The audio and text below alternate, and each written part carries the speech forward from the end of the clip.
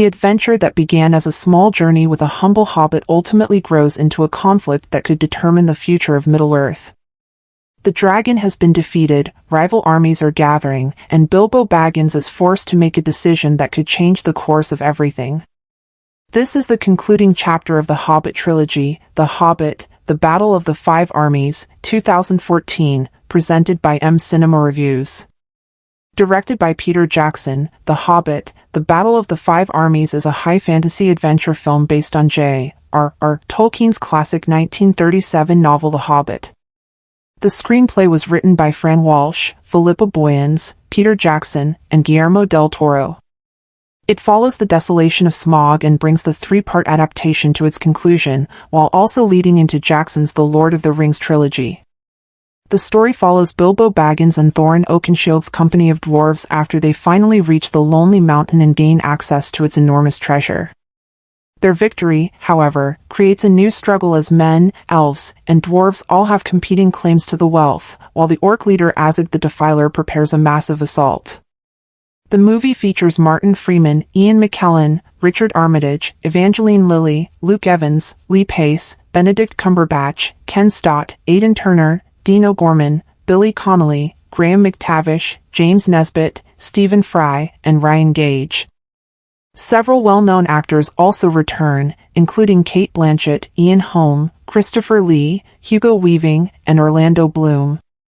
For Holm and Lee, the production became particularly significant, marking their final live-action appearances and final film releases during their lifetimes, although both later contributed voice performances to other productions. The film had its world premiere in London on December 1, 2014, before arriving in New Zealand on December 11 and the United States on December 17 through Warner Bros. Pictures. Critics gave the movie mixed reactions, but audiences turned out in large numbers. It eventually earned more than $962 million around the world, making it one of the biggest releases of 2014. The film also received several awards nominations, including a nomination for Best Sound Editing at the 87th Academy Awards. The story picks up as Bilbo and the dwarves watch helplessly from the Lonely Mountain while Smaug descends upon Lake Town and sets the settlement ablaze. Bard manages to escape captivity and retrieves the legendary Black Arrow, using it to strike down the dragon.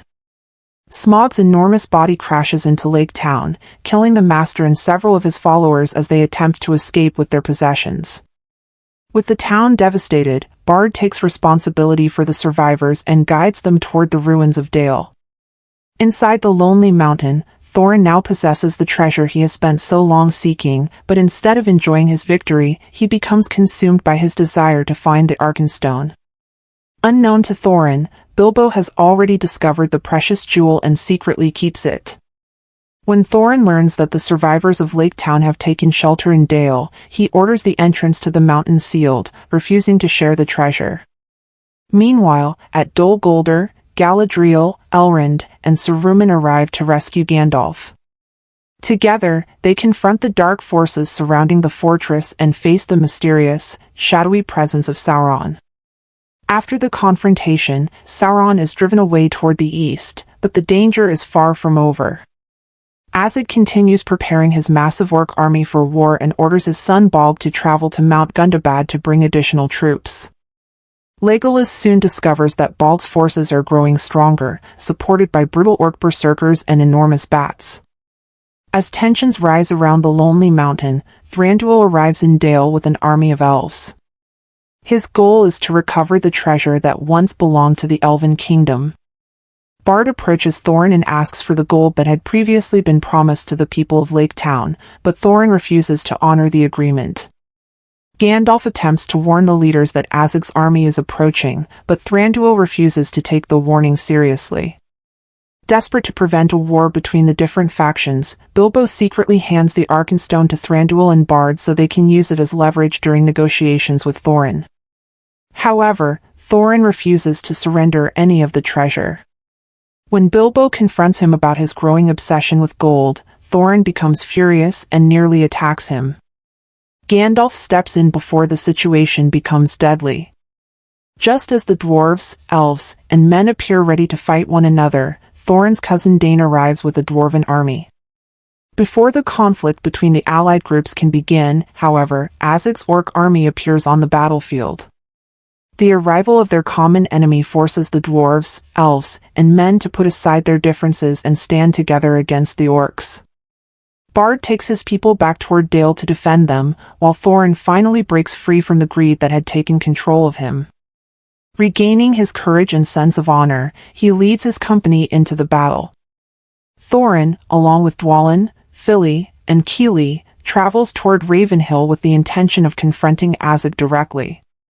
At the same time, Bilbo uses the One Ring to move through the battlefield and attempt to warn the others about the danger surrounding them. The battle becomes increasingly brutal. Azog kills Fili, while Balg defeats Kili and overpowers Tauriel.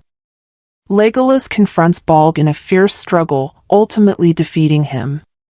The conflict at Ravenhill reaches its most dangerous stage as Thorin finally faces Azog, turning their long-running rivalry into a decisive fight that will determine whether Thorin survives the Battle of the Five Armies.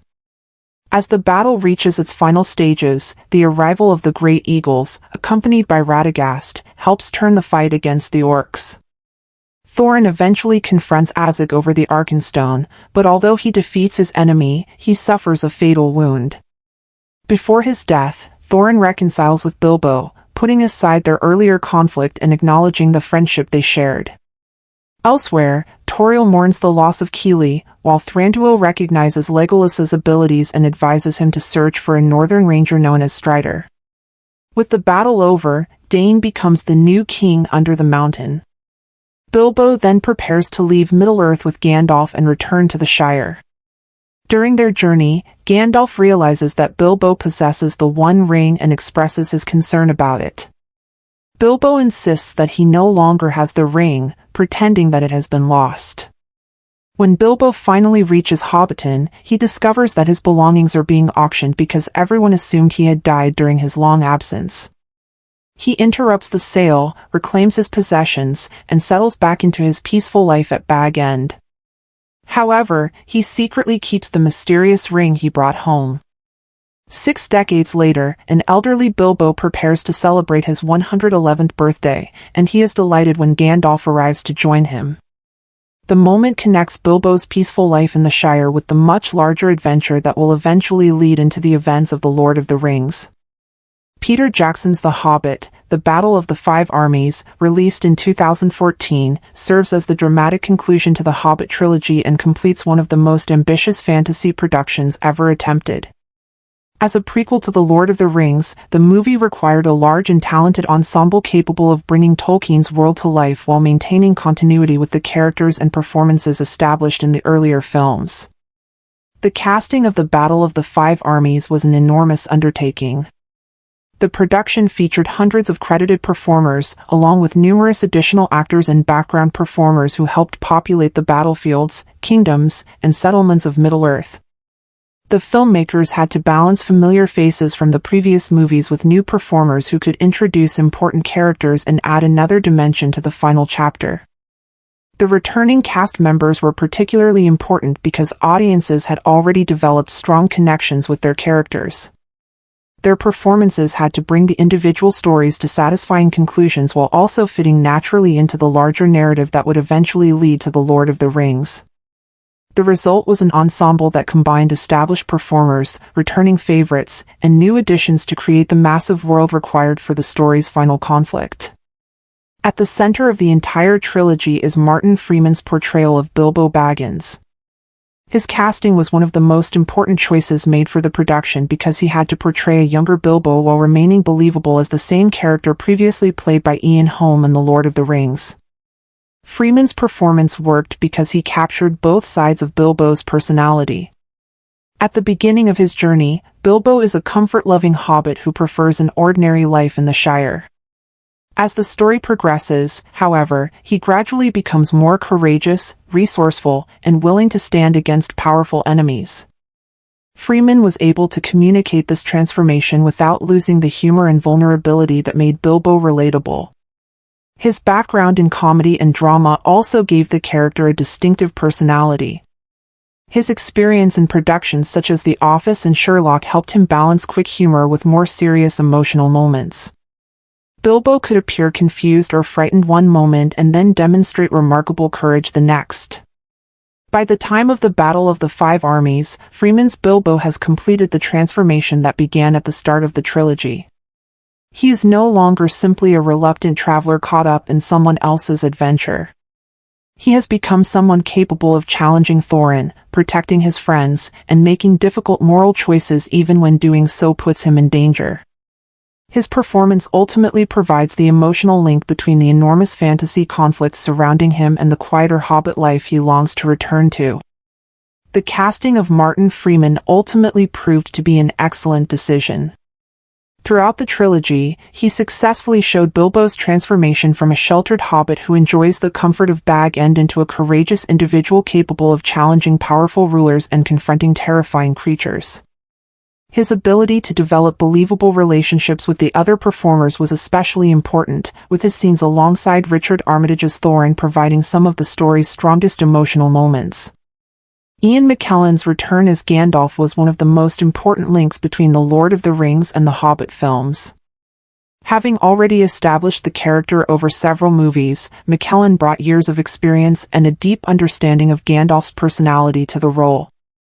His portrayal gave the wizard a sense of authority, wisdom, and history that helped make Middle-earth feel like one continuous world. In the Battle of the Five Armies, Gandalf once again serves as a guiding force amid the growing chaos. McKellen was able to communicate the character's intelligence and strength without making him feel invincible. His performance reminded viewers that Gandalf's greatest power often comes from his judgment, courage, and ability to inspire others rather than simply from his magical abilities. McKellen's contribution to the production also extended beyond his scenes. His long association with the character helped connect the prequel trilogy with Jackson's earlier films and gave returning audiences a familiar presence. His interactions with other members of the White Council, particularly Cate Blanchett's Galadriel and Hugo Weaving's Elrond, added considerable dramatic weight to the story. These scenes were especially effective because the performers already understood the world and their characters. Their combined experience created a sense of history between the characters, making the confrontation with the growing darkness feel like part of a much larger struggle. Richard Armitage's selection as Thorin Oakenshield was another major strength of the trilogy's casting. Before taking on the role, Armitage had become known for his work in television and drama, including productions such as Spooks and North and South. Rather than relying solely on physical presence, he brought a serious and theatrical quality to Thorin that made the character feel like a genuine leader. Thorin is a complicated figure.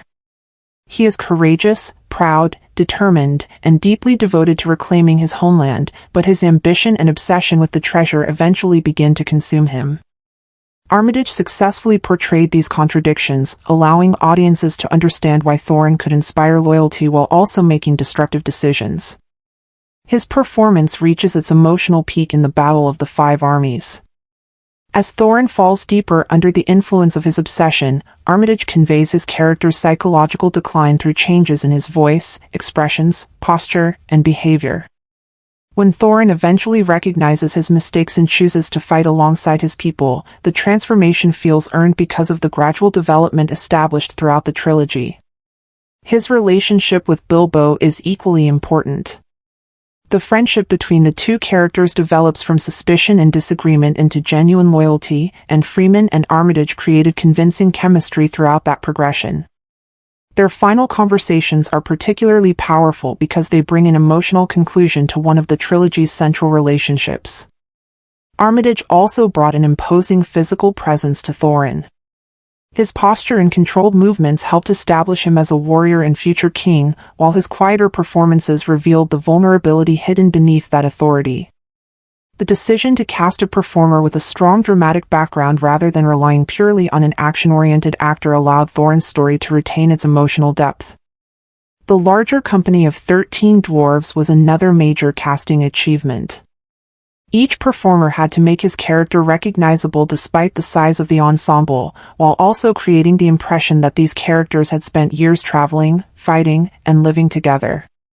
The challenge was especially significant because the dwarves needed to function as both individual characters and as a believable family-like group.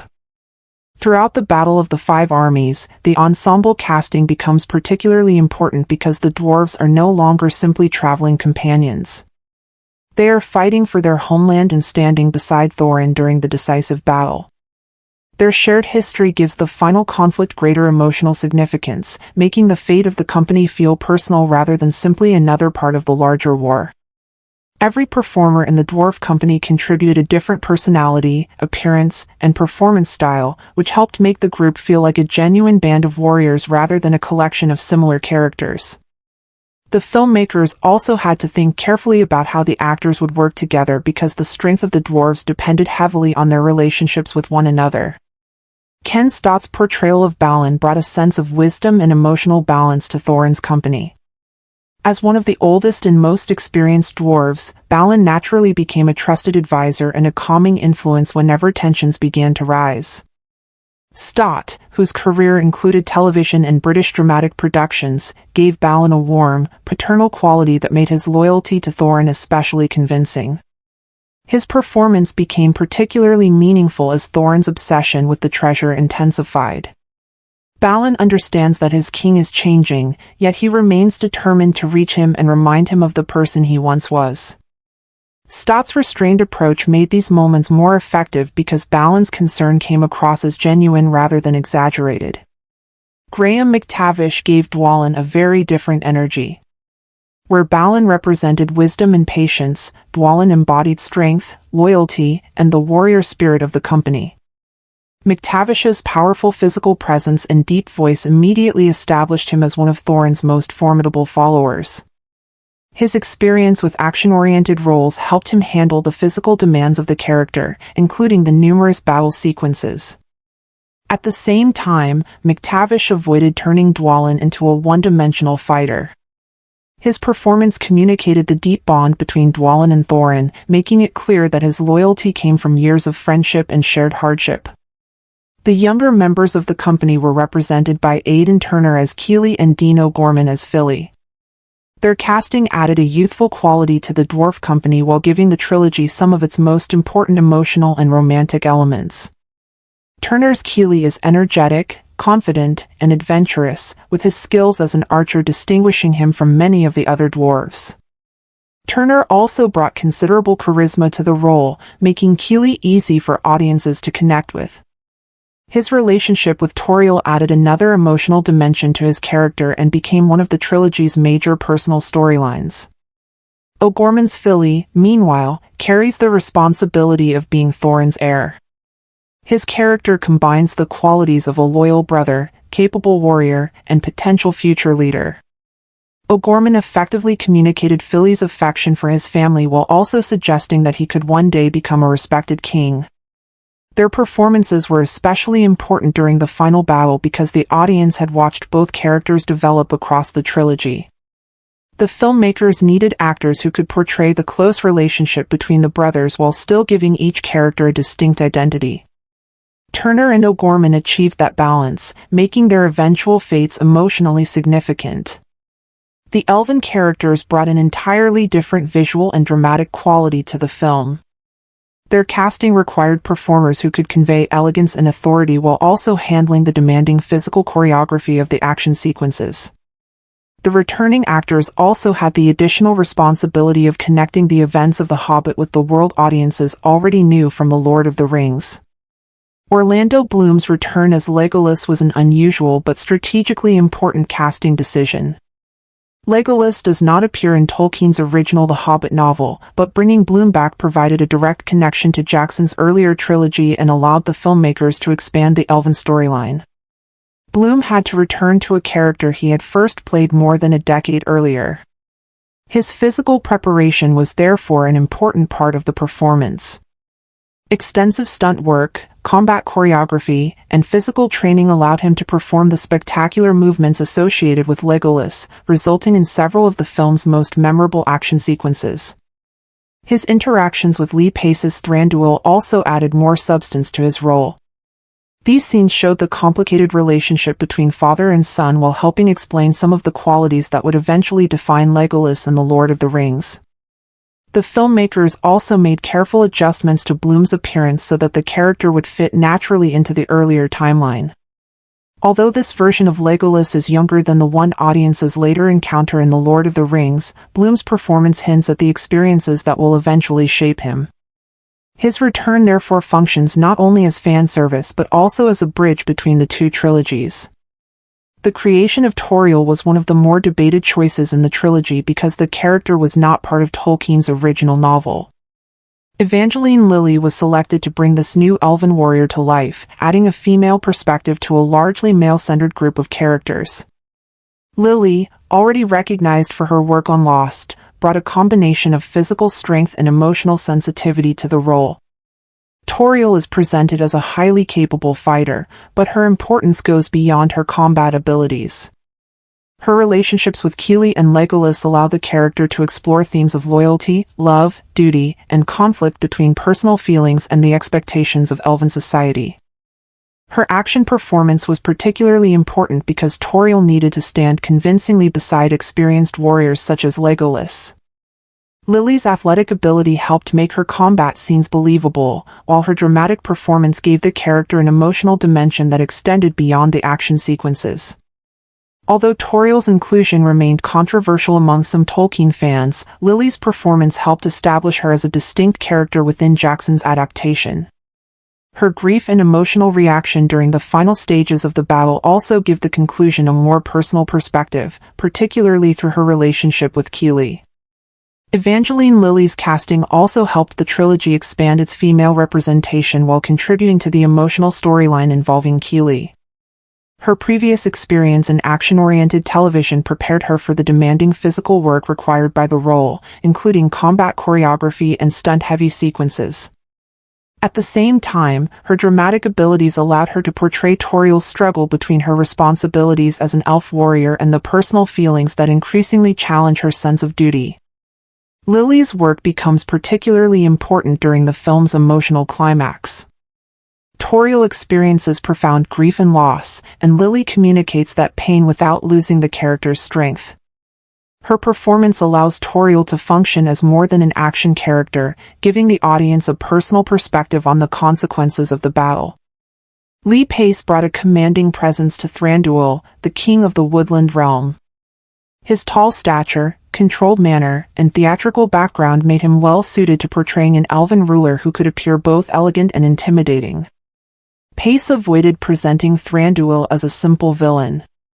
Beneath his cold attitude and willingness to pursue the elven claim to the treasure is a protective father who cares deeply about Legolas. Pace was able to shift between these different sides of the character, giving Thranduil greater complexity. His performance in the Battle of the Five Armies demonstrates this range particularly well. During his negotiations with Thorin, Thranduil appears distant and uncompromising, emphasizing his authority as a king. As the story develops, however, Pace allows moments of understanding and respect to emerge. This gradual change makes Thranduil feel like a fully developed character rather than merely an obstacle standing between the heroes and their goals. The decision to cast an actor capable of combining an intimidating screen presence with emotional restraint was therefore particularly effective. Pace's performance gave the elven storyline a distinctive identity while adding another layer to the political conflict surrounding the Lonely Mountain. The return of the White Council characters added another important connection between the Hobbit trilogy and the Lord of the Rings. These established performers already had a strong association with Tolkien's world, and their presence helped make the two trilogies feel like parts of the same cinematic universe. Cate Blanchett's return as Galadriel provided some of the film's most memorable supernatural moments. Her portrayal combines grace and beauty with an overwhelming sense of power, allowing Galadriel to shift from a calm and almost otherworldly presence into a terrifying force when confronting darkness. Her scenes involving the necromancer are particularly striking because Blanchett changes her performance dramatically. The transformation in her voice, expression, and physical presence communicates that Galadriel possesses enormous power beneath her normally restrained exterior.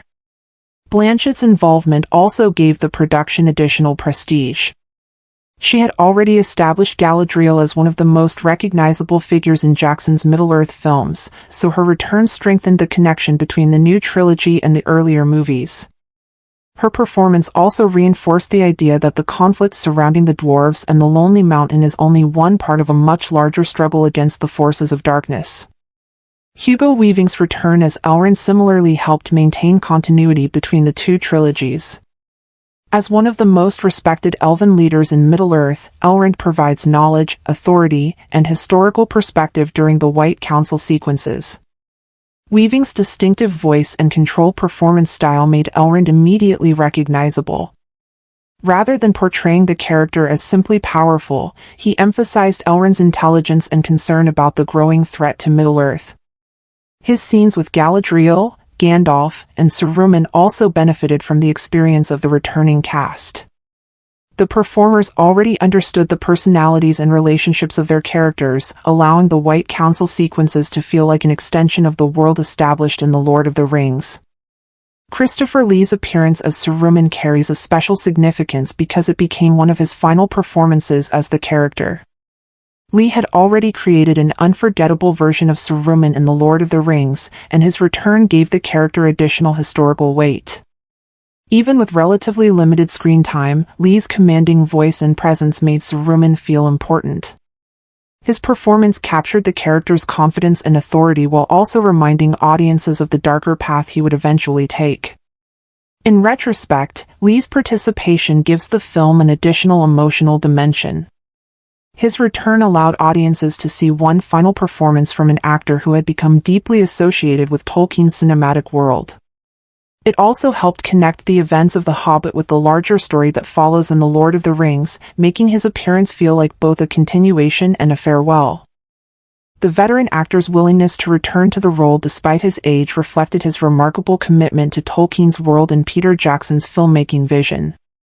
His appearances alongside the White Council became some of the story's standout moments, reminding audiences why his commanding screen presence had become so closely associated with Saruman. His involvement also created a meaningful connection between the two trilogies, allowing viewers to see Saruman before his eventual descent into evil while subtly foreshadowing the darkness that would later consume him. Bringing him back for these important scenes was therefore more than simple fan service. It strengthened the continuity of the larger Middle-earth story. Luke Evans's portrayal of Bard was one of the most effective additions to the expanded Hobbit storyline. Unlike the relatively brief role Bard had in Tolkien's original novel, the films transformed him into a major figure, and Evans gave the character a strong combination of courage, vulnerability, and leadership. His portrayal made Bard feel like an ordinary man who was forced to rise to extraordinary circumstances. This became especially important during the Battle of the Five Armies. Bard had already proven himself capable of confronting Smaug, but the destruction of Lake Town forced him to become a leader for his displaced people. Evans successfully balanced Bard's physical strength with the emotional responsibility of protecting his family and community. His interactions with his children and his encounters with the other leaders during the preparations for war added further depth to the character. Choosing an actor who could handle demanding action scenes while also delivering emotional performances proved to be an excellent decision. Stephen Fry brought a distinctive combination of humor and weakness to the role of the Master of Lake Town. His performance portrayed a man more interested in comfort, wealth, and self-preservation than in protecting the people he was supposed to govern. Fry's expressive personality made the character entertaining, but beneath the comedy was a clear sense of cowardice and corruption.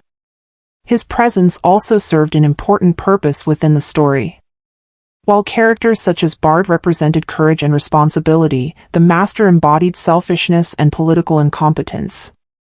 Casting a highly recognizable British performer in a supporting role helped make the Lake Town scenes more memorable and gave the character a personality that could stand out even among the film's larger-than-life figures.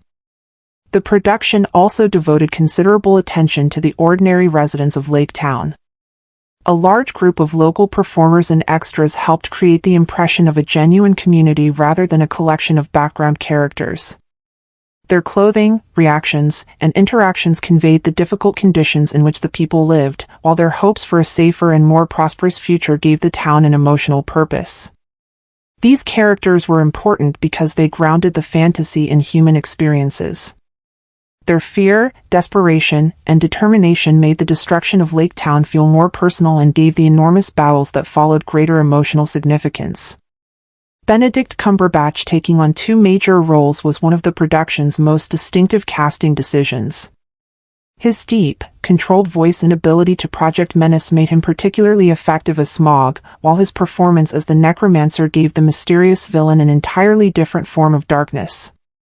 Although Smaug appears only briefly in the Battle of the Five Armies, his opening sequence is among the movie's most visually spectacular moments.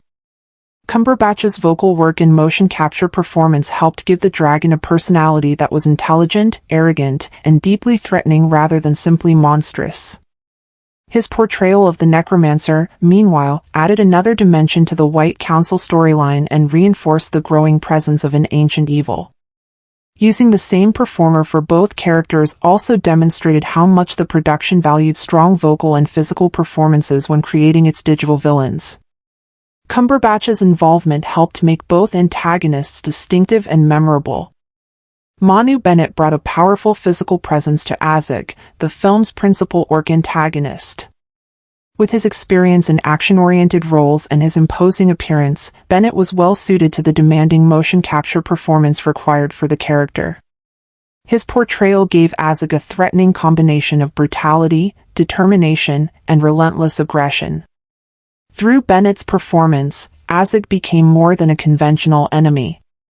His long-running conflict with Thorin provided the final battle with a personal dimension, turning their confrontation into the culmination of a rivalry that had developed throughout the trilogy. His physicality and intensity were therefore central to making Azog a convincing threat during the film's climactic events. Bennett's work as Azog was especially important during the Battle of the Five Armies, where the character became one of the hero's most dangerous opponents. Through motion capture, Bennett managed to communicate Azog's intelligence, hatred, and merciless personality without relying on conventional facial performance. His work demonstrated how performance capture technology had developed and why selecting actors with strong physical and vocal abilities was so important for digitally created characters. John Tu's portrayal of Bolg added another intimidating enemy to the film's massive battle. His physical strength and experience with demanding action performances made him well suited to the role, while his acting background allowed him to give Bolg a savage but calculating personality. Rather than treating motion capture characters as purely technical creations, the production relied on trained performers who could give these digital figures genuine personality and dramatic purpose.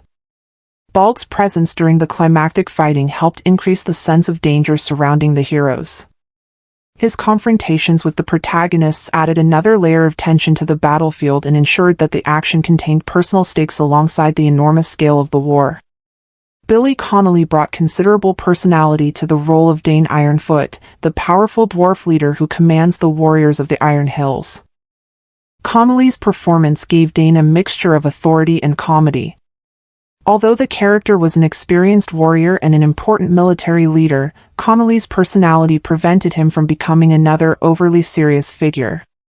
The combination of elaborate costumes, prosthetic makeup, and Connolly's own charisma produced a character who could command attention whenever he appeared. Casting a performer known primarily for comedy in such an important fantasy role also showed that the production wanted its supporting characters to possess their own identities rather than simply exist to fill out the battle scenes. The casting of Manu Bennett as Bjorn added another internationally recognized performer to the ensemble. Bjorn's unusual ability to transform between human and bear forms made him one of the more distinctive figures in Tolkien's world, and Bennett's imposing physical presence suited the character particularly well. Although Bjorn's involvement in the Battle of the Five Armies is comparatively limited, his arrival during the conflict gives the battle an additional burst of energy. Bennett's intensity helped establish Bjorn as a powerful and mysterious figure even with limited screen time. His inclusion also reflected the production's willingness to devote considerable attention to secondary characters, ensuring that even smaller roles felt visually and dramatically significant. The casting of The Hobbit, the Battle of the Five Armies was the result of an extensive international effort. Casting professionals working across New Zealand, the United Kingdom, the United States, and other regions helped assemble a large ensemble capable of handling the enormous scope of the production. This worldwide approach gave the filmmakers access to performers with different backgrounds and specialties. The process had begun well before filming, with many performers required to prepare physically and emotionally for demanding roles. Acting talent was only one factor considered. The filmmakers also had to evaluate an actor's physical abilities, screen chemistry, willingness to undergo extensive makeup and costume procedures, and ability to perform within a highly technical filmmaking environment. Motion capture created an additional challenge. Performers portraying digitally created characters had to communicate personality through body movement, posture, voice, and physical gestures, often while working without conventional costumes or sets. This meant the casting team needed actors who were comfortable with an unusual style of performance and capable of maintaining a character even when much of their final appearance would be created digitally. The enormous production requirements of The Hobbit, the Battle of the Five Armies meant that casting extended far beyond choosing the principal stars. Practical effects, digital characters, elaborate prosthetics, motion capture, stunt work, and large-scale battle choreography all demanded performers with specialized abilities. Body doubles and stunt performers were also essential to the filmmaking process. These performers had to closely match the appearance and movements of the principal actors while completing physically demanding sequences that would have been difficult or unsafe for the main cast. Their contribution helped maintain continuity during the film's most complicated action scenes. Ultimately, the casting process was designed around more than finding recognizable faces. Every performer had to contribute to the enormous visual and emotional world of Middle-earth, whether appearing as a central hero, a digital monster, a warrior in the background, or a member of one of the many communities caught up in the final conflict. These performers had to do much more than resemble the principal actors. Their body language, gestures, posture, and overall movement needed to closely match the stars they were doubling for so that live-action footage and digital effects could be combined without noticeable differences. The production also placed heavy demands on actors who worked with elaborate makeup and prosthetics. Some performers spent several hours being transformed before they could even begin filming, meaning patience, stamina, and professionalism became important factors when selecting members of the cast. The film was also an international collaboration, bringing together performers from a wide range of countries and acting backgrounds. Alongside major Hollywood names were experienced British television and theatre performers, emerging international talent, and numerous actors from New Zealand. This broadcasting strategy reflected both the worldwide popularity of Tolkien's stories and Peter Jackson's willingness to search internationally for performers who best suited each character. Despite the variety of backgrounds, the cast worked toward a unified interpretation of Middle-earth, giving the movie a consistent identity. New Zealand performers played an especially important role in creating the film's atmosphere. Many appeared in supporting parts, crowd scenes, and smaller roles, helping give the fictional communities a sense of authenticity. Their familiarity with Jackson's filmmaking style was also valuable, particularly for those who had already worked on earlier Middle-earth productions. Their previous experience helped create a sense of continuity across the trilogy while simultaneously strengthening New Zealand's contribution to the film industry. Beyond the names listed in the official credits, countless other performers helped bring the movie to life. Body doubles, stunt performers, additional voice artists, motion capture specialists, and background actors all played important roles in constructing the enormous world seen on screen. Their work may have gone largely unnoticed by audiences, but it was essential to making the crowded streets, refugee groups, armies, and battlefields appear convincing. The scale of these contributions becomes particularly clear during the Battle of the Five Armies itself. Hundreds of performers were needed to make the enormous conflict feel populated and believable. From frightened civilians escaping Lake Town to soldiers representing the different armies, every background performer added another layer of realism. Even brief appearances helped make Middle-earth feel like a functioning world rather than a collection of digitally created environments. The production also included unexpected appearances by members of the filmmaking team. Peter Jackson himself made a brief uncredited appearance, continuing the tradition of small cameos that had become associated with his Middle-earth films. Moments like this reflected the close-knit atmosphere surrounding the production and showed how many people involved in the project contributed in ways beyond their official responsibilities. The casting decisions made for The Hobbit, the Battle of the Five Armies, ultimately had an impact that extended beyond the film itself. Several actors became strongly identified with their Middle-earth characters, with their interpretations shaping how audiences remembered those figures for years afterward. The trilogy also demonstrated that major fantasy productions did not necessarily need to rely exclusively on the biggest available stars. Performers such as Richard Armitage and Aidan Turner were able to establish themselves in major roles, proving that the right actor could become more important than simply choosing the most famous name. The movie also demonstrated how traditional acting could be combined with increasingly sophisticated digital filmmaking. Motion capture performances required actors to communicate emotion and personality through movement and voice, while much of their final appearance would be constructed later through visual effects. The work of performers such as Benedict Cumberbatch and Manu Bennett illustrated how these techniques were becoming an increasingly important part of modern fantasy filmmaking. The acting performances in the final Hobbit film were generally well received, with critics particularly recognizing the emotional intensity surrounding the major characters during the climactic conflict. While the enormous battle and visual effects attracted much of the attention, the cast provided the human and emotional dimension that gave those spectacular sequences greater significance. Critics also highlighted the strong chemistry shared by the principal actors and the believable relationships that had gradually developed throughout the trilogy. Martin Freeman's portrayal of Bilbo was widely appreciated for maintaining the character's emotional consistency while allowing him to grow throughout the story. His performance in the final chapter successfully balanced Bilbo's humor, courage, fear, and growing maturity. Richard Armitage also received considerable praise for his portrayal of Thorin. His performance captured the Dwarf King's gradual transformation from a determined leader into a troubled and increasingly isolated figure. The emotional intensity of Thorin's final storyline gave the character a tragic quality, with many viewers recognizing the theatrical and almost Shakespearean nature of his downfall and eventual redemption. The supporting cast also contributed significantly to the film's overall appeal. Even characters with limited screen time were given distinctive personalities, making the enormous ensemble feel memorable rather than overcrowded. Performers such as Billy Connolly and Stephen Fry brought humor into the story without completely disrupting its darker atmosphere. Their performances provided moments of relief while still fitting naturally into the larger narrative. Ultimately, The Hobbit, the Battle of the Five Armies demonstrated how effective casting can transform a large-scale fantasy production into something emotionally engaging. The film brought back performers who had already become closely associated with Middle-earth while introducing and expanding characters through a new group of talented actors. Each performer contributed something different, helping create an ensemble capable of handling both intimate dramatic moments and enormous action sequences. One of the production's greatest achievements was finding a balance between respecting the established legacy of The Lord of the Rings and giving the Hobbit trilogy its own identity.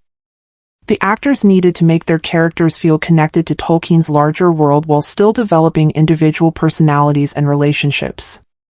Careful casting made it possible for the film to move between quiet emotional scenes and massive battles without losing its sense of character. The international nature of the cast also strengthened the production. Performers from different countries and acting traditions worked alongside a large group of New Zealand-based talent, creating a diverse ensemble while maintaining the unified style required by Jackson's vision. Local performers helped provide authenticity, while internationally recognized actors brought experience and individuality to the major roles.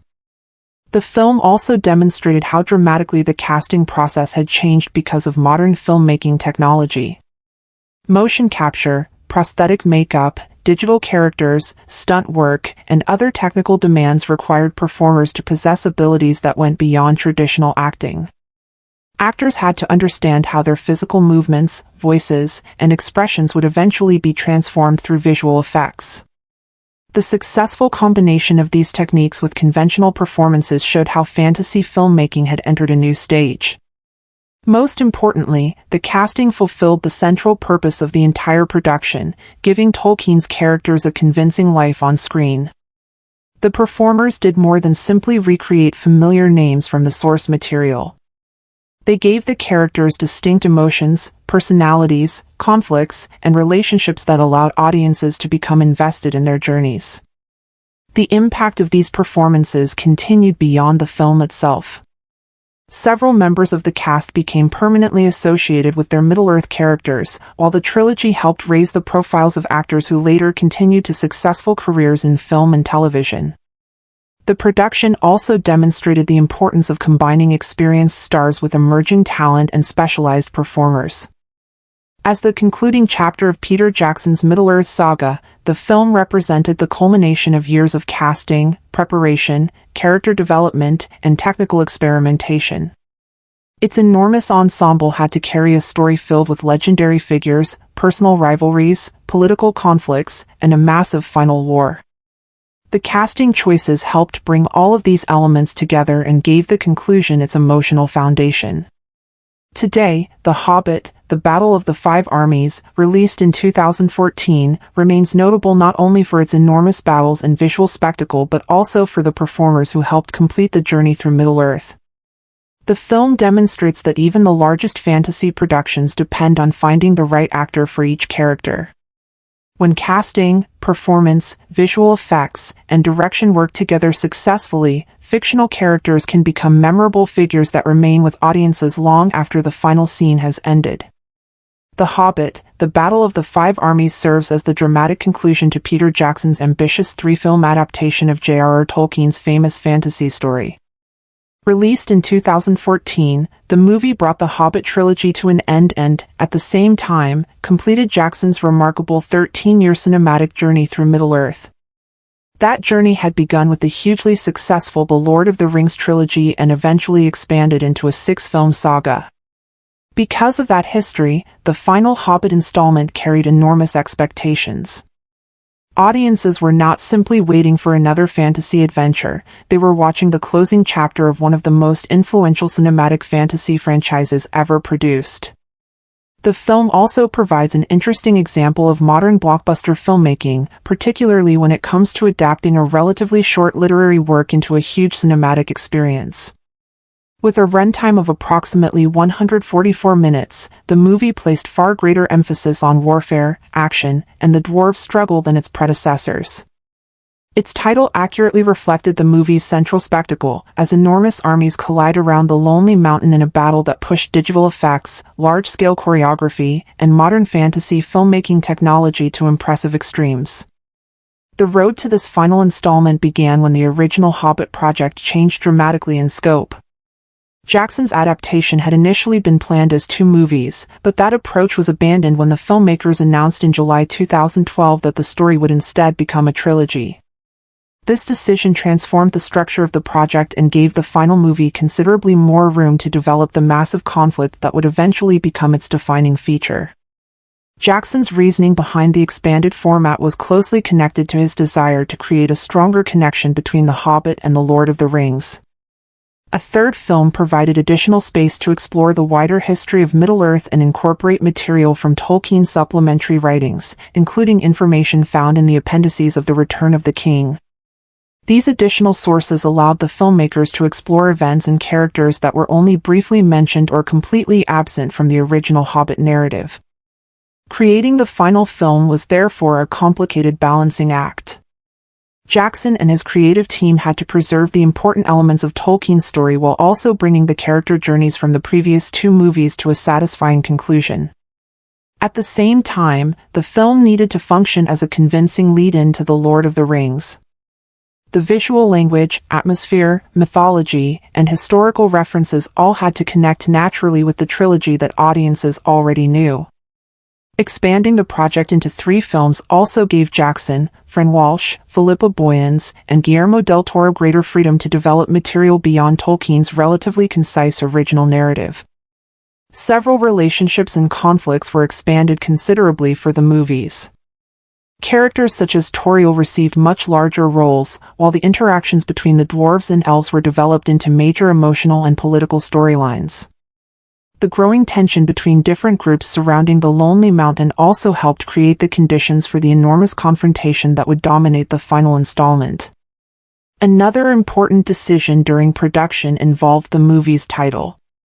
When the third film was first announced in 2012, it was expected to be called There and Back Again, echoing the title associated with Bilbo's journey.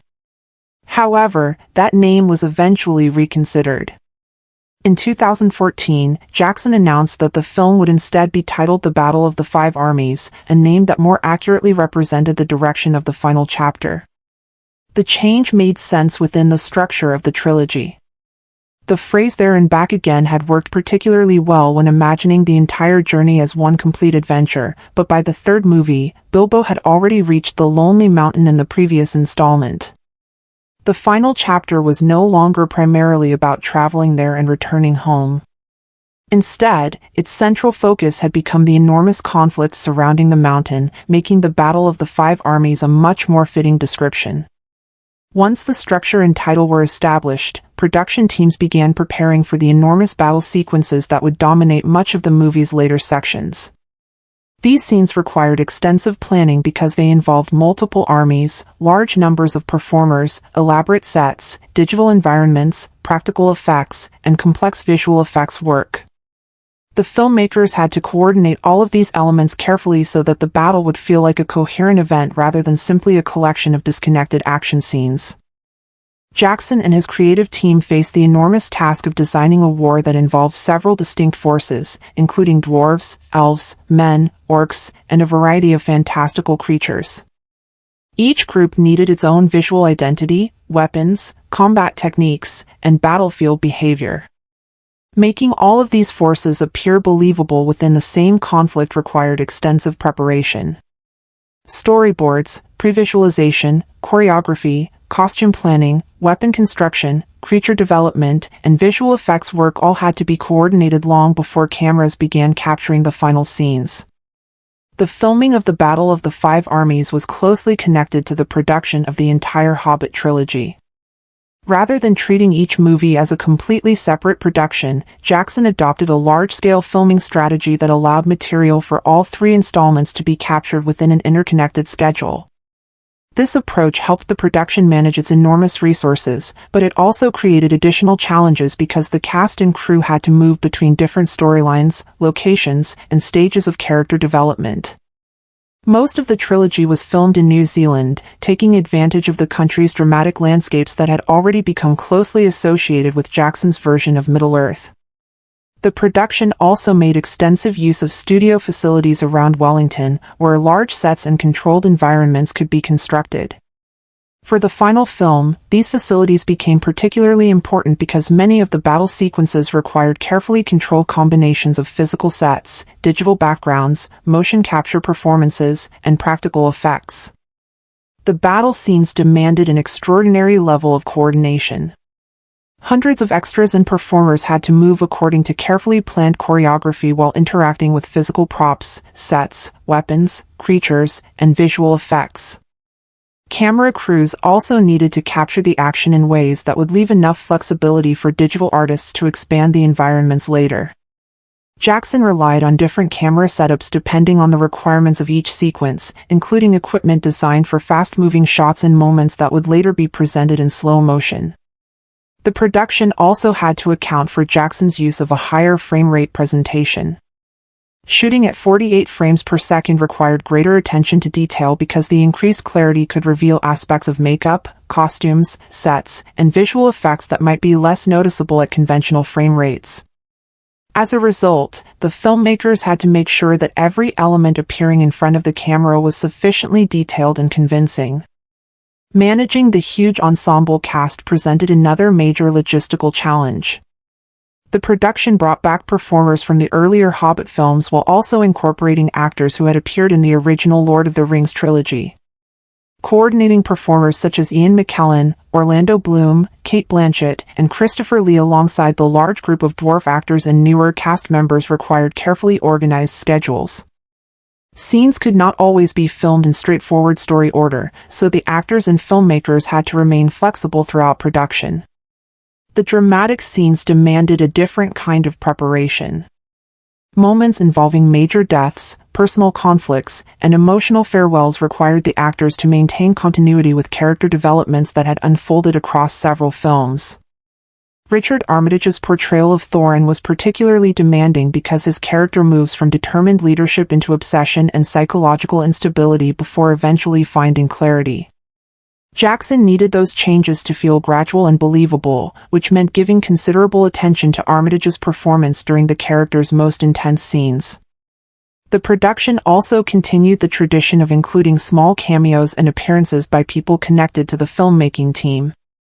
Members of Jackson's family and the families of other longtime collaborators appeared among the civilians caught up in the destruction of Lake Town. These brief appearances became another example of the personal connections that had developed around the Middle-earth productions over many years. Behind the spectacular digital effects, the filmmakers also relied heavily on practical construction techniques.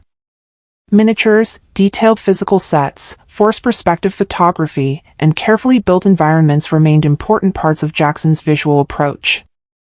These methods had already been refined during The Lord of the Rings and were adapted for the Hobbit trilogy on an even larger scale.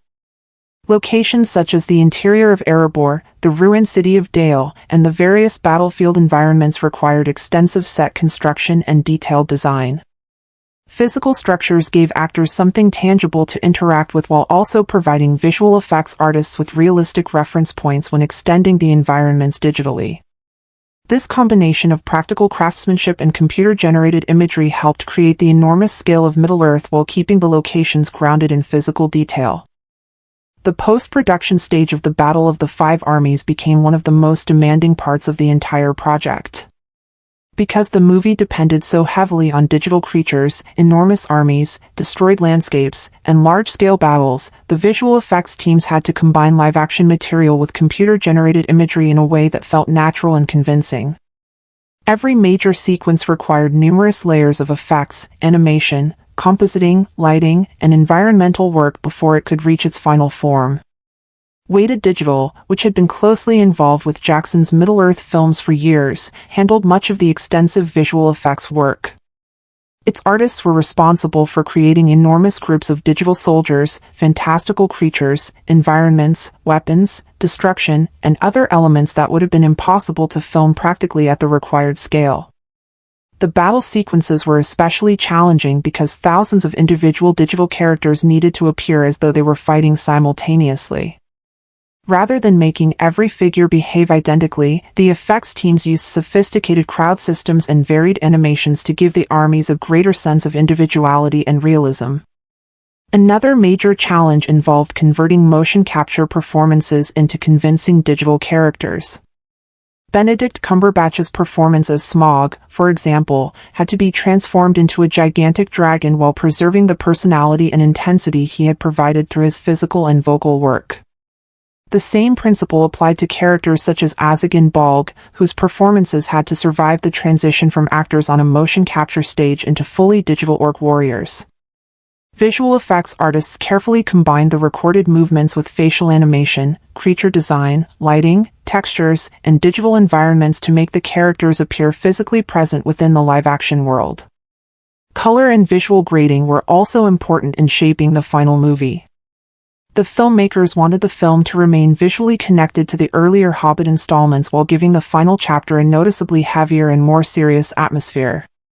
The increasingly destructive events, personal losses, and approaching war required a visual style that could support both the fantasy spectacle and the darker emotional direction of the story. Sound was another essential part of creating the scale of the battles. The sound team developed different audio characteristics for weapons, creatures, armies, and environments, allowing audiences to distinguish between the various forces even when the screen was filled with chaos.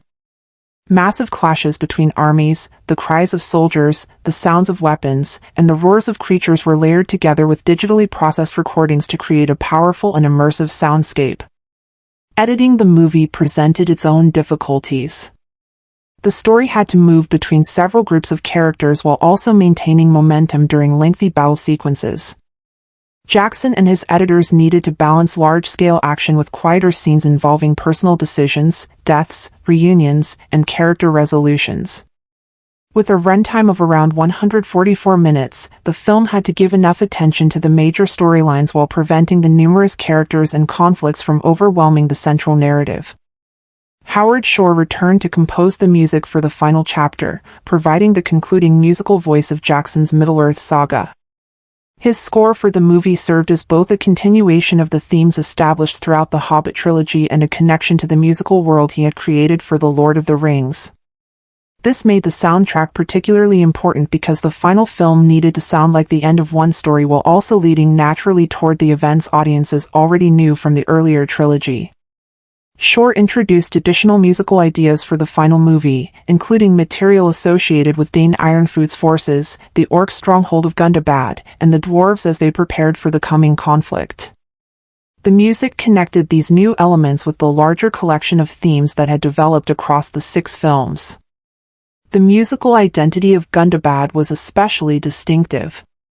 Shore incorporated unusual vocal and instrumental textures to create a darker sound associated with the orc forces. These choices helped give the antagonists their own musical character and made their presence feel threatening even before they fully appeared on screen. Perhaps the most difficult part of Shore's work was bringing together the enormous collection of themes accumulated across both trilogies.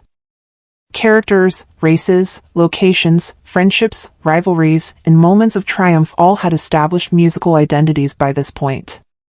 Shore could therefore use familiar melodies to remind audiences of earlier events while also reshaping those themes to reflect the characters' changing circumstances. The score often allowed different themes to interact, overlap, or oppose one another, mirroring the conflicts taking place on screen.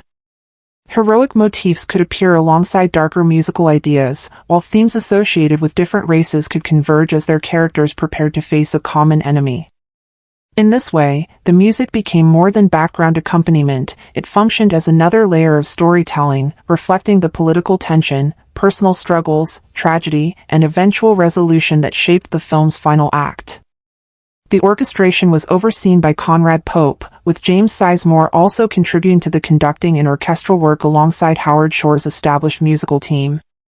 The New Zealand Symphony Orchestra once again performed the score, continuing the grand orchestral tradition that had become one of the defining characteristics of Jackson's Middle-earth films.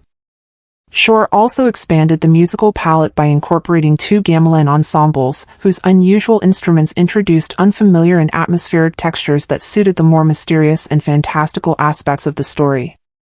The vocal portions of the soundtrack were performed by the London Voices and the Tiffin Boys Choir, with recordings taking place at Lyndhurst in London. Their contributions gave the score an almost otherworldly quality, particularly during scenes involving powerful magical figures and supernatural events. The home video launch proved highly successful. The movie reached the top of home video sales rankings during its opening period, demonstrating that the popularity of Middle-earth remained strong even after the theatrical release had ended. The performance also reflected the loyalty of the franchise's fan base, many of whom wanted to own the final chapter rather than simply watch it in theaters.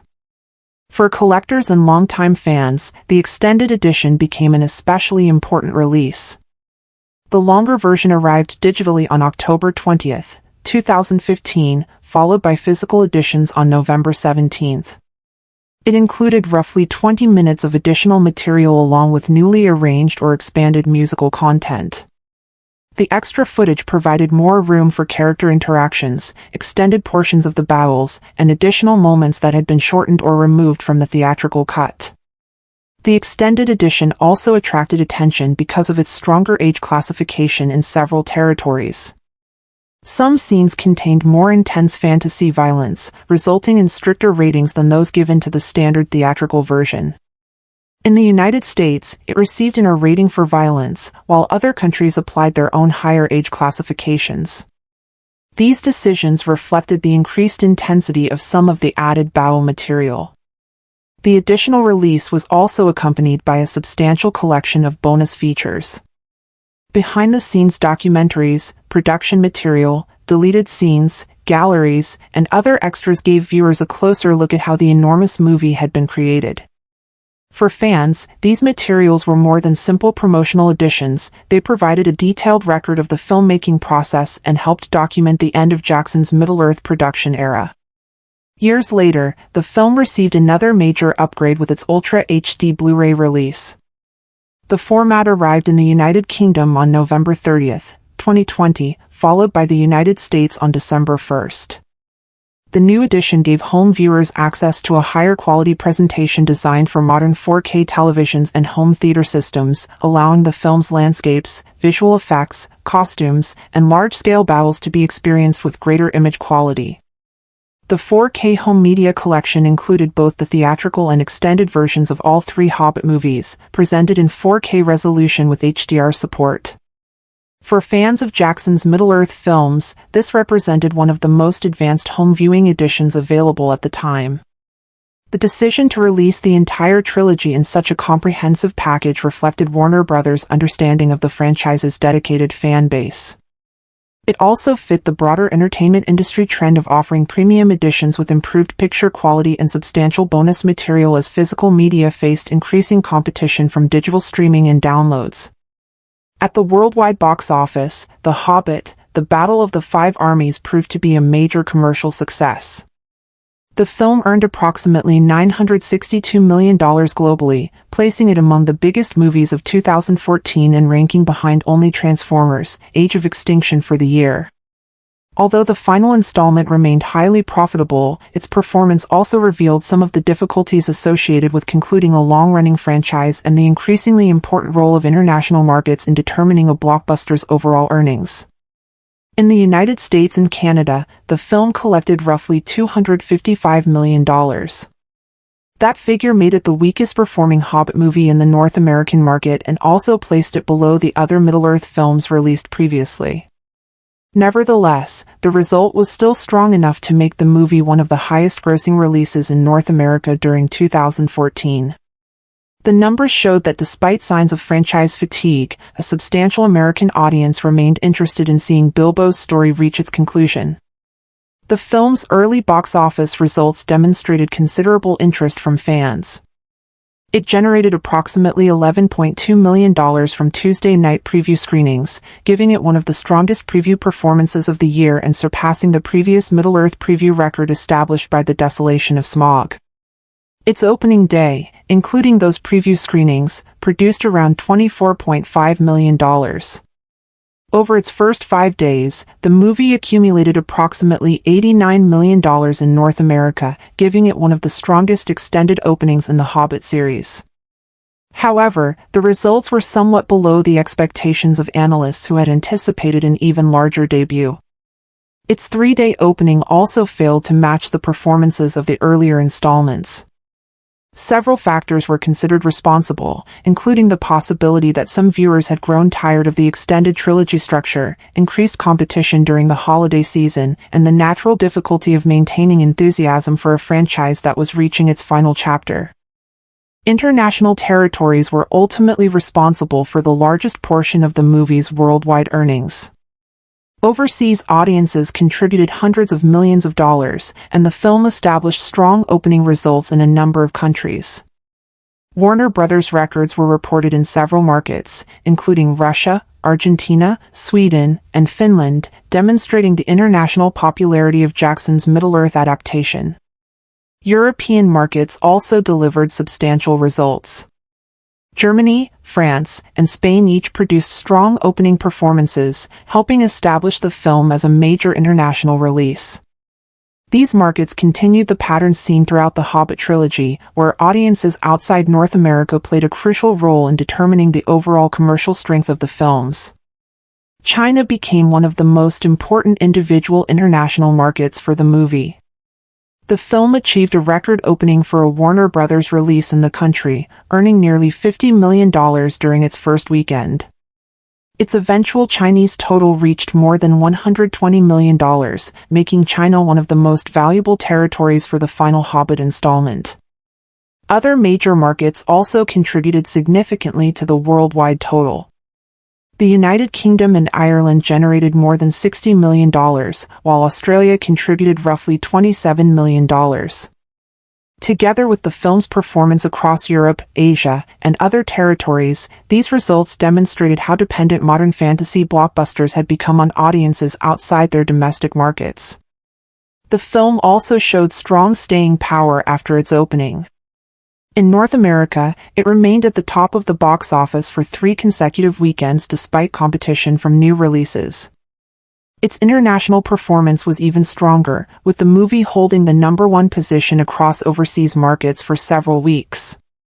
This sustained performance suggested that the film was benefiting from both dedicated franchise followers and general audiences looking for a major holiday spectacle. Although some predictions had suggested that the movie might cross the $1 billion worldwide mark, it ultimately fell short of that milestone. Currency fluctuations played an important role in the final financial picture. Changes in exchange rates, particularly the strengthening of the US dollar and weakening of several foreign currencies, reduced the amount of revenue ultimately converted into US dollars. Reports indicated that the currency changes resulted in a substantial difference between projected and actual returns for the studios. Even with those complications, the overall financial outcome of the Hobbit trilogy was extremely strong. Industry observers regarded the 3-film series as a major commercial victory for the companies involved. The final movie also generated additional income through home entertainment, digital purchases and rentals, merchandise, licensing agreements, and other revenue streams. These additional sources helped strengthen the franchise's profitability beyond its theatrical box office performance and demonstrated the enormous commercial value of the Middle-earth brand. Despite its enormous worldwide earnings, the film's final profit was much smaller once the many expenses involved in producing a movie of this scale were deducted. Deadline Hollywood estimated that the picture generated a net profit of roughly $13 million after accounting for production costs, advertising, payments to major talent, and other financial commitments. Even with that relatively narrow margin, the movie remained an important commercial success and ranked among the major financial releases of 2014. Its performance illustrated the unusual economics of modern blockbuster filmmaking, where hundreds of millions of dollars in revenue can still be accompanied by enormous expenses. The critical response to The Hobbit, The Battle of the Five Armies, was far less unanimous than its box office results. Reviewers disagreed about whether the film provided a powerful conclusion to Jackson's Middle-earth saga or relied too heavily on spectacle and digital effects. Overall, the reaction was mixed, although some critics considered it an improvement over the weaker aspects of the earlier Hobbit installments. Rotten Tomatoes reflected this divided response, giving the movie an approval score of roughly 59% from more than 260 reviews. Its average rating was around 6 out of 10. Critics generally acknowledged that the movie delivered spectacular action and successfully brought the trilogy to an ending, but some felt that the enormous visual scale occasionally dominated the storytelling. As a result, the film occupied a middle position among major fantasy blockbusters in terms of critical approval. Metacritic reached a similar conclusion, assigning the film a score of 59 out of 100 based on professional reviews. This indicated that opinions were neither overwhelmingly positive nor strongly negative. Reviewers frequently praised the technical quality, visual effects, performances, and musical score, while raising concerns about the structure of the story, character development, and the heavy concentration of action. General audiences responded more warmly than many professional critics. CinemaScore polling gave the film an A grade, the same result achieved by The Desolation of Smaug. This difference between critics and audiences suggested that moviegoers were more willing to overlook structural weaknesses and simply enjoy the film as the spectacular final chapter of a franchise they had followed for years. Supportive reviews often pointed to the movie's momentum and its more focused running time compared with the earlier entries. At approximately 144 minutes, the film was still lengthy, but it moved more directly toward the central conflict. The emotional importance of reaching the end of the Middle-earth journey was another factor that worked in its favor, particularly for audiences who had been following Jackson's films since The Lord of the Rings. Variety's Scott Foundas regarded the final installment as one of the more compelling entries in the Hobbit trilogy.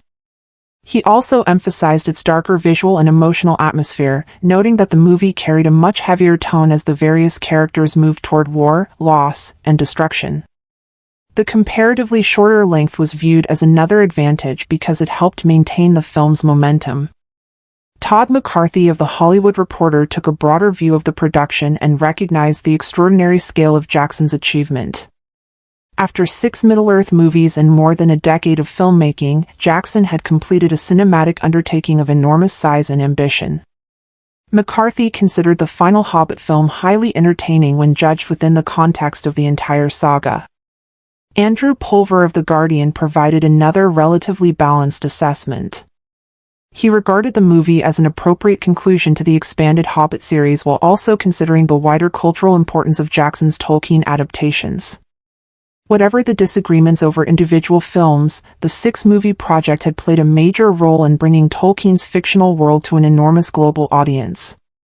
The negative reviews tended to focus on problems that had been associated with the Hobbit trilogy from its earliest stages.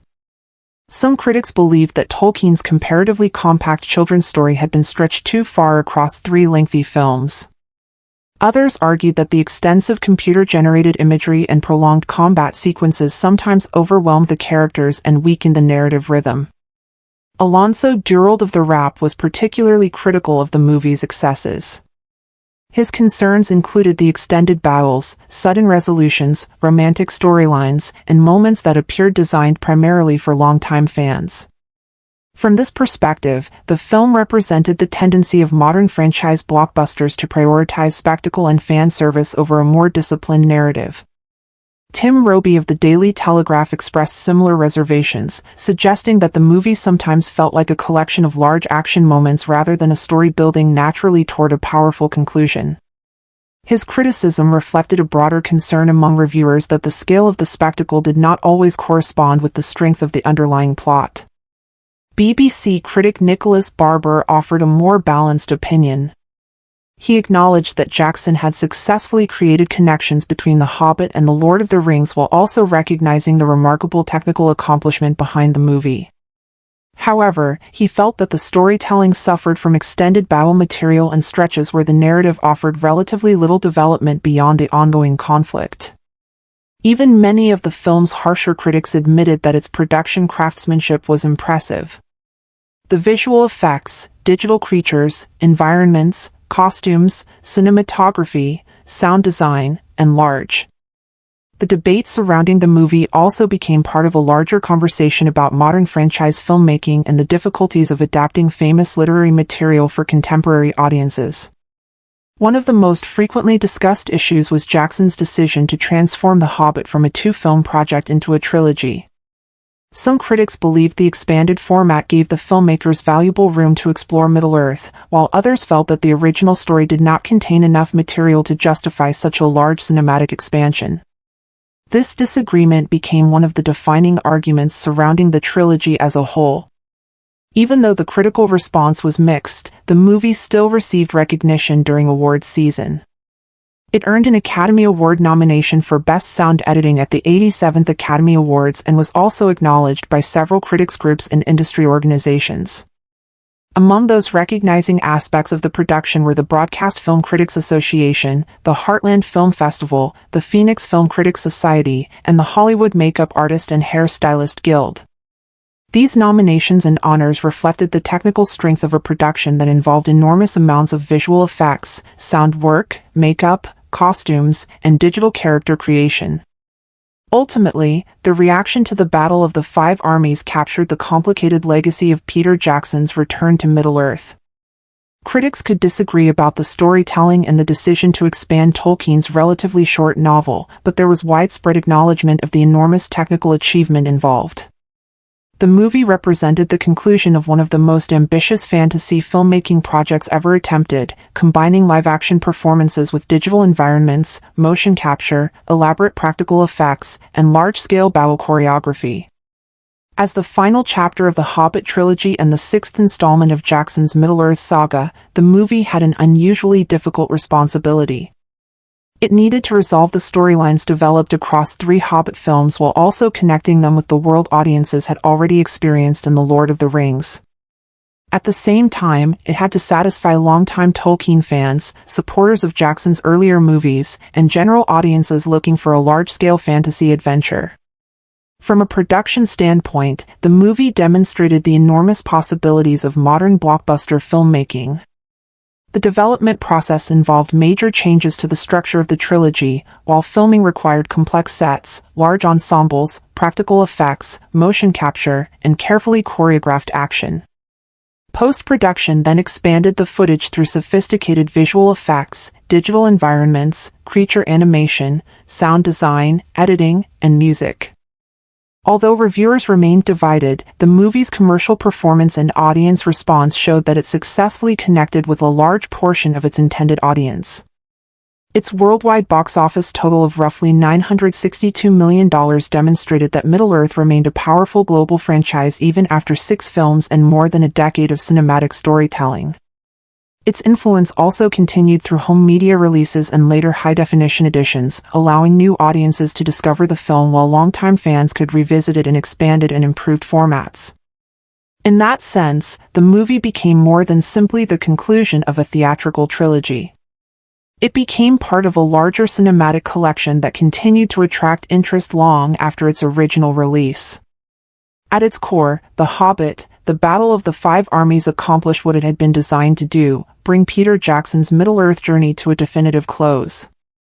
Whether audiences viewed it primarily as the final Hobbit adventure or as the concluding chapter of a 6-film epic, the movie represented an enormous filmmaking achievement. It demonstrated the continuing strength of fantasy storytelling and showed how advances in visual effects, sound, performance capture, and digital filmmaking could transform Tolkien's imagined world into a vast cinematic experience. The final moments of the story also returned to one of its most important ideas: the value of home. After wealth, power, battles, and personal tragedy have shaped Bilbo's journey, the character ultimately understands that a peaceful life and a place to belong are worth more than material riches. That theme gives the conclusion a quieter emotional meaning beneath all the spectacle. Bilbo's adventure may have taken him across mountains, forests, kingdoms, and battlefields, but his greatest realization is that home is what he truly wanted to recover. This emotional idea also helps explain why Jackson's Middle-earth films have remained so popular. Their appeal has never depended entirely on enormous battles or elaborate visual effects. Beneath the spectacle is a world filled with friendship, courage, temptation, sacrifice, loyalty, loss, and the longing for home. Tolkien created a setting rich enough to support countless stories, and Jackson's films attempted to translate that richness into an enormous cinematic universe. The popularity of the extended editions of Jackson's The Lord of the Rings films further demonstrates audiences' willingness to spend additional time inside this world. Those editions added substantial material to movies that were already unusually long, providing viewers with more character development, history, atmosphere, and details from Tolkien's mythology. Their continued popularity suggests that Middle-earth audiences often value exploration and world-building just as much as the central plot. Ultimately, the enduring attraction of Middle-earth comes from the sense that there is always something more to discover. Its kingdoms, languages, histories, characters, cultures, and legends create the feeling of a world that existed before the camera arrived and continued after the story ended. That depth gave Jackson's films an unusual longevity and helped ensure that even after the final battle, audiences would continue returning to Middle-earth to explore its hidden stories and familiar characters. The world of Middle-earth is filled with countless races, cultures, and individuals, all carrying their own histories, ambitions, rivalries, and buried resentments. Against them are threats that range from enormous spiders and supernatural hunters to corrupted wizards, monstrous armies, and forces that represent darkness on a nearly cosmic scale. Tolkien's stories also explore a more intimate form of evil, the way power, greed, fear, and temptation can gradually destroy the human, or otherwise mortal, spirit. With such a rich collection of characters and conflicts, the material naturally seems suited to ambitious cinematic adaptation. There are certainly occasions when Peter Jackson's enthusiasm for Tolkien's world appears to push him beyond the limits of the source material. Even The Return of the King, despite winning the Academy Award for Best Picture and becoming a landmark of fantasy filmmaking, has often been criticized for its excessive length and multiple conclusions. Yet Jackson's larger creative instincts were remarkably effective far more often than they were misguided. His greatest accomplishment was transforming Tolkien's written world into a physical environment that felt lived in, dangerous, beautiful, and emotionally convincing. Middle-earth became a place where audiences could almost feel the exhaustion of long journeys, the excitement of discovery, and the growing threat of an overwhelming darkness. Jackson clearly understood spectacle and scale. His Middle-earth films demonstrated an extraordinary ability to make enormous conflicts feel genuinely monumental, from armies crossing vast landscapes to battles involving thousands of warriors and fantastical creatures. He understood how to make Tolkien's wars appear larger than anything audiences had previously experienced in fantasy cinema. The Hobbit, however, presented a very different challenge. Tolkien's novel was considerably shorter and more straightforward than The Lord of the Rings, yet it was equally beloved by readers. That difference raises an interesting question about what the adaptation might have looked like if The Hobbit had been the project that first launched Jackson into international blockbuster filmmaking. During the early development of Jackson's Tolkien adaptations around the turn of the millennium, the filmmaker and his production partners were involved in complicated negotiations over financing, distribution, and the eventual shape of the project. At different stages, The Hobbit was considered as a standalone movie and later as part of a potential two-film structure. At that point, the idea of dividing Tolkien's relatively compact adventure into multiple major motion pictures already represented a significant expansion of the original material. The success of The Lord of the Rings eventually created enormous demand for a return to Middle-earth. Fans wanted Jackson to continue with The Hobbit, but legal complications involving the rights to the material prevented the project from moving forward immediately. By the time those difficulties began to ease, Jackson had become almost inseparable from the cinematic identity of Tolkien's world. Development eventually moved forward with members of Jackson's established creative team, while Guillermo del Toro joined the project as director. Del Toro, whose previous work included Pan's Labyrinth and Hellboy, brought his own distinctive approach to fantasy filmmaking. At that stage, the plan involved creating two films from Tolkien's single Hobbit novel. The first would focus primarily on Bilbo's adventure and the journey toward the Lonely Mountain, while the second was envisioned as a connecting chapter that could lead naturally into The Lord of the Rings. The second film would therefore have relied more heavily on material outside the main narrative of The Hobbit. Tolkien's additional writings and appendices offered information about the political events, characters, and historical developments occurring around the same period. This gave the filmmakers material that could be incorporated into a broader cinematic story and allowed the production to create stronger links with Jackson's earlier trilogy. As production approached, however, the project underwent another dramatic transformation. Guillermo del Toro eventually left the production after spending years developing the adaptation, choosing to return to other projects. His departure was followed by Jackson once again taking a central directing role. What had originally been viewed as a questionable two-film adaptation of a relatively short fantasy novel was then expanded into a trilogy. For some fans, this decision immediately raised concerns. The success of The Lord of the Rings had created enormous commercial expectations, and turning The Hobbit into another three-film epic appeared to some observers like an attempt to reproduce the earlier trilogy's financial and cultural success. Before audiences had even seen the first completed movie, questions were already being raised about whether the story genuinely required three enormous productions. The concern was not simply about length. It was about whether expanding a compact adventure into a trilogy might weaken the qualities that had made Tolkien's original book so charming. The Hobbit was fundamentally a more intimate adventure centered on Bilbo's transformation from an ordinary, comfort-loving hobbit into someone capable of courage and leadership. Expanding that story dramatically risked shifting the focus toward the larger mythology and warfare associated with The Lord of the Rings. As the trilogy progressed, some of those concerns became increasingly relevant to the critical discussions surrounding the films. The movies were visually spectacular and commercially successful, but reviewers frequently debated whether the additional material strengthened the story or simply increased its scale. The release of the Battle of the Five Armies therefore became an important test of Jackson's approach. It was not merely the final chapter of the Hobbit adaptation, it represented the culmination of his entire Middle-earth filmmaking career. After 6 films, enormous production costs, years of visual effects work, and a cultural phenomenon that had lasted for more than a decade, Jackson was effectively closing the cinematic chapter of Tolkien's world. That makes the question of an alternative history especially fascinating. If Jackson's major breakthrough in 2001 had been a large-scale adaptation of The Hobbit rather than The Lord of the Rings, the entire development of his Middle-earth films might have taken a completely different path.